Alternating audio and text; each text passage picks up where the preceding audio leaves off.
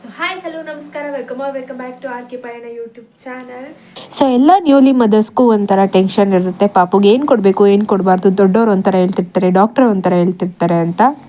ಜೊತೆಗೆ ಪಾಪು weight gain ಆಗಬೇಕು ಆ್ಯಂಡ್ ಆ್ಯಕ್ಟಿವ್ ಆಗಿರಬೇಕು, ಅದಕ್ಕೆ ಏನು ಮಾಡಬೇಕು ಅಂತ ಎಲ್ಲ ಕಡೆ ಸರ್ಚ್ ಮಾಡ್ತಿರ್ತೀವಿ. ನಮ್ಮ ಪಾಪು ಕರೆಕ್ಟಾಗಿ ವೆಯ್ಟ್ ಗೇನ್ ಆಗೋಕ್ಕೆ ಆ್ಯಂಡ್ ಆ್ಯಕ್ಟಿವ್ ಆಗಿರೋಕ್ಕೆ ನಾನಂತೂ ಈ ಟಿಪ್ನ ಫಾಲೋ ಮಾಡ್ತಾ ಇದ್ದೀನಿ. ಹಳ್ಳಿ ಕಡೆ ಇರೋರಂತೂ ಸುಮಾರು ಜನ ಇದನ್ನು ಫಾಲೋ ಮಾಡ್ತಿರ್ತಾರೆ.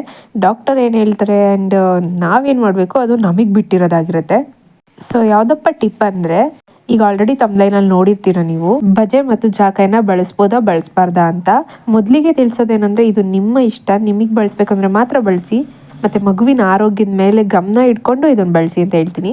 ಜಾಕಾಯಿ ಬಜೆನ ನೋಡಿಲ್ಲ ಅಂದರೆ ಇವಾಗ ನೋಡಿ, ಇದೇ ಜಾಕಾಯಿ ಮತ್ತು ಬಜೆ. ಮೊದಲಿಗೆ ಇದನ್ನು ಹೇಗಪ್ಪ ಬಳಸೋದು ಅಂತ ಹೇಳ್ಕೊಡ್ತೀನಿ.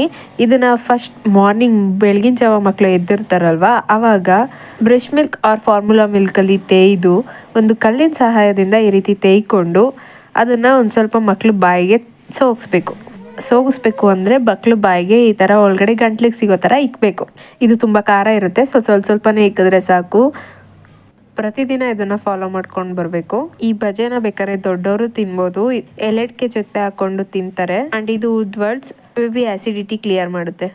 ಇವಾಗ ಈ ಬಜೆ ಮತ್ತು ಜಾಕಾಯಿಂದ ಆಗುವ ಉಪಯೋಗಗಳ ಬಗ್ಗೆ ತಿಳ್ಕೊಳ್ಳೋಣ. ಇದನ್ನು ಮಕ್ಳಿಗೆ ಕೊಡೋದ್ರಿಂದ ಮೊದಲಿಗೆ ಹೊಟ್ಟೆ ನೋವು, ಗ್ಯಾಸ್ಟ್ರಿಕ್ಕು, ಡೈಜೆಷನ್ ಸರಿಯಾಗಿ ಆಗ್ತಾ ಇರಲ್ಲ, ಮೋಷನ್ ಸರಿಯಾಗಿ ಹೋಗ್ತಾ ಇರಲ್ಲ, ಇಂಡೈಜೆಷನ್ ಪ್ರಾಬ್ಲಮ್ ಇರುತ್ತೆ. ಇದರಿಂದ ಮಕ್ಕಳು ಕ್ರ್ಯಾಂಕಿ ಆಗಿ ಆಡ್ತಾ ಇರ್ತಾರೆ, ಅಂದರೆ ನಾವು ರಚ್ಚೆ ಮಾಡ್ತಾವ್ರೆ ಅಂತ ಹೇಳ್ತೀವಲ್ಲ, ಅದಕ್ಕೆಲ್ಲ ಈ ಬಜೆ ಮತ್ತು ಜಾಕಾಯಿ ತುಂಬ ಹೆಲ್ಪ್ ಆಗುತ್ತೆ. ಇದನ್ನ ಕೊಡೋದ್ರಿಂದ ಆಟೋಮೆಟಿಕ್ಲಿ ಆಸಿಡಿಟಿ ಕ್ಲಿಯರ್ ಆಗುತ್ತೆ. ಸೊ ದಟ್ ಹೆಚ್ಚು ಫುಡ್ನ ಅವರು ಕನ್ಸ್ಯೂಮ್ ಮಾಡ್ತಾರೆ, ಅಸಿಡಿಟಿ ಪ್ರಾಬ್ಲಮ್ ಇರಲ್ಲ ಆ್ಯಂಡ್ ಬೇಬಿ ಡೆವಲಪ್ಮೆಂಟ್ಗೆ ಯಾವುದೇ ಪ್ರಾಬ್ಲಮ್ ಇರಲ್ಲ. ಮೇಯ್ನ್ಲಿ ವೆಯ್ಟ್ ಗೇನ್ ಆಗ್ತಾರೆ.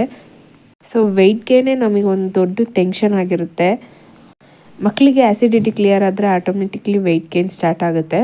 ಇದರಲ್ಲಿ ತುಂಬ ಆ್ಯಂಟಿಬಯೋಟಿಕ್ಸ್ ಕೂಡ ಇರುತ್ತೆ. ಇದು ಗಿಡಮೂಲಿಕೆ ಆಗಿರೋದ್ರಿಂದ ಯಾವುದೇ ಥರ ಕೆಮಿಕಲ್ ಎಫೆಕ್ಟ್ ಆಗೋದಿಲ್ಲ. ಮಕ್ಕಳಿಗೆ ಇದನ್ನು ಕೊಡಬಾರ್ದು ಅಂತ ಯಾಕೆ ಹೇಳ್ತಾರೆ ಅಂದರೆ, ಇವಾಗಿನ ಮೆಡಿಷನ್ಸ್ ತುಂಬ ಇಂಪ್ರೂವ್ ಇರೋದ್ರಿಂದ. ಸೊ ನಾವು ಮೆಡಿಷನ್ಸ್ ಕೊಡೋದು ಬೇಡ, ಟ್ಯಾಬ್ಲೆಟ್ಸ್ ಸಿರಪ್ಸ್ ಕೊಡೋದು ಬೇಡ ಅಂದರೆ ಇದನ್ನು ಉಪಯೋಗಿಸ್ತೀವಿ ಅಷ್ಟೇ. ಇದು ಎಲ್ಲ ಗಂದಿಗೆ ಅಂಗಡಿಗಳಲ್ಲಿ ಸಿಗುತ್ತೆ, ಅಂದರೆ ಈ ಪೂಜೆ ಸಾಮಾನುಗಳೇನು ಸಿಗುತ್ತೆ ಆ ಅಂಗಡಿಯಲ್ಲಿ. ಮತ್ತೊಮ್ಮೆ ಹೇಳ್ತಾ ಇದ್ದೀನಿ, ಇದನ್ನು ಬಳಸೋಕೆ ಮುಂಚೆ ನಾನು ಹೇಳ್ತಿದ್ದೀನಿ ಅಂತ ಬಳಸಬೇಡಿ. ನಿಮ್ಮ ಮಗುಗೆ ಇದು ಸೆಟ್ ಆಗುತ್ತೋ ಇಲ್ವಾ ಅಂತ ತಿಳ್ಕೊಂಡು ಇದನ್ನು ಬಳಸಿ. ಆ್ಯಂಡ್ ಬೇಕು ಅಂದರೆ ಇನ್ನೊಂದಷ್ಟು ವೀಡಿಯೋಸ್ಗಳನ್ನ ಚೆಕ್ ಮಾಡಿ ಆಮೇಲೆ ಬಳಸೋಕೆ ಸ್ಟಾರ್ಟ್ ಮಾಡಿ. ಆ್ಯಂಡ್ ಪಾಪು ಆ್ಯಕ್ಟಿವ್ನೆಸ್ನ ನೋಡ್ಕೊಳ್ಳಿ. ಒಂದು ಸತಿ ಹಾಕಿದ್ಮೇಲೆ ಇದು ಹೇಗೆ ರಿಯಾಕ್ಟ್ ಆಗುತ್ತೆ ಅಂತ 1-2 ದಿನ ಗಮನಿಸಿ. ಯಾವುದು ಕೂಡ ಫಸ್ಟಿಗೆ ರಿಸಲ್ಟ್ ಸಿಗಲ್ಲ. ನನಗೆ ಸಿಕ್ಕಿದೆ ಅಂದರೆ ನಿಮಗೂ ಸಿಗಬೇಕು ಅಂತೇನಿಲ್ಲ.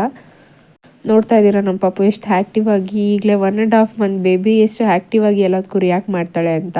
ಇನ್ನು ಯಾವ ರೀತಿಯಾದ ವೀಡಿಯೋಸ್ ಬೇಕು ಅಂತ ಕಮೆಂಟ್ ಸೆಕ್ಷನಲ್ಲಿ ತಿಳಿಸಿ. ಮುಂದಿನ ದಿನಗಳಲ್ಲಿ ಆ ರೀತಿಯಾದ ವೀಡಿಯೋಸ್ ಮಾಡ್ಕೊಡ್ತೀನಿ. Thank you so much for watching R K Payana. ನೀನೇನಾ ಚಿನ್ನಮ್ಮ?